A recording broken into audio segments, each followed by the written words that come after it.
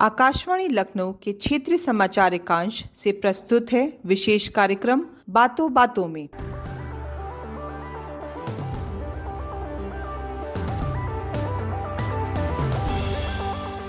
आकाशवाणी लखनऊ से प्रसारित कार्यक्रम बातों बातों में आपका स्वागत है।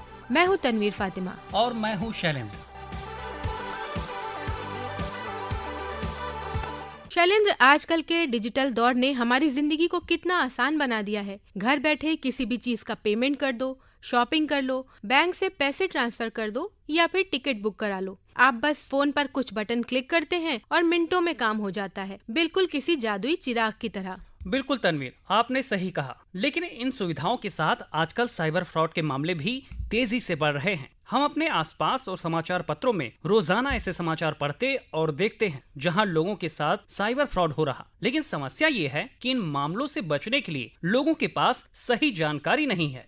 ये बिल्कुल ठीक बात कही आपने। यही कारण है कि अब अलग अलग तरीकों से अपराधी साइबर फ्रॉड कर रहे हैं। तो आज बातों बातों में हम इसी पर बात करेंगे कि आखिर कैसे लोगों के साथ धोखा करके साइबर फ्रॉड को अंजाम दिया जा रहा है। शैलेंद्र, सबसे पहले तो हमारे श्रोताओं को बताइए कि ये साइबर फ्रॉड है क्या। बिल्कुल तन्वी, साइबर फ्रॉड के मामलों में अपराधी नौकरी का ऑफर, आकर्षक गिफ्ट के ऑफर या फिर आपके किसी सरकारी डॉक्यूमेंट मसलन Aadhaar, PAN, voter ID, bank account verification के नाम पर हमारे बैंक अकाउंट नंबर या एटीएम पिन जैसी निजी जानकारी मांग लेते हैं और फिर ऑनलाइन पेमेंट करने के लिए कहते हैं। जैसे ही उन्हें ये जानकारी मिल जाती है, वो अकाउंट से पैसे गायब कर देते हैं। ये तो बहुत ही सतर्क रहने वाली बात है। तो आखिर ये फ्रॉड करने वाले अपना शिकार किन लोगों को बनाते हैं और ठगी कैसे करते हैं? बिल्कुल तन्वी, आज के समय में यूपीआई और इंटरनेट बैंकिंग का बहुत ज्यादा उपयोग होने लगा है। ऐसे में साइबर अपराधी ऐसे ही लोगों को टारगेट करके ऐप में घुसपैठ करने की कोशिश करते हैं। साइबर अपराधी यूपीआई रिफंड का लालच देकर भी कई बार फ्रॉड करने की कोशिश करते हैं। सबसे ज्यादा फ्रॉड ओटीपी के माध्यम से किया जाता है। एक फेक मैसेज के तहत अपराधी आपसे फ्रॉड ओटीपी या पिन डिटेल लेने की कोशिश करते हैं। इस डिटेल के साथ वो आपके खाते से पैसे काट लेते हैं।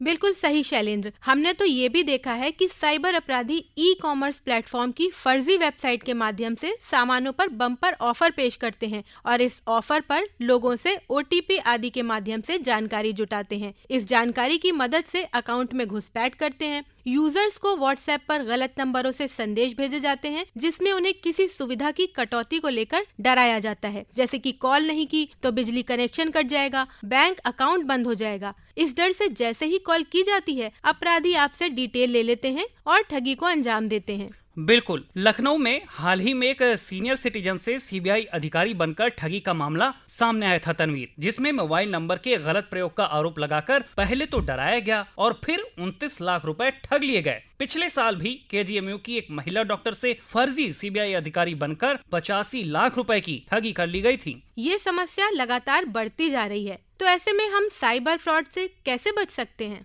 तनवीर, हमें ओटीपी और पिन को संभाल कर रखना चाहिए और किसी से भी ये डिटेल शेयर नहीं करनी चाहिए। गलत डिलीवरी स्कैम से बचने के लिए केवल हमें रजिस्टर्ड जगहों से ही सामानों की लेन देन करनी चाहिए।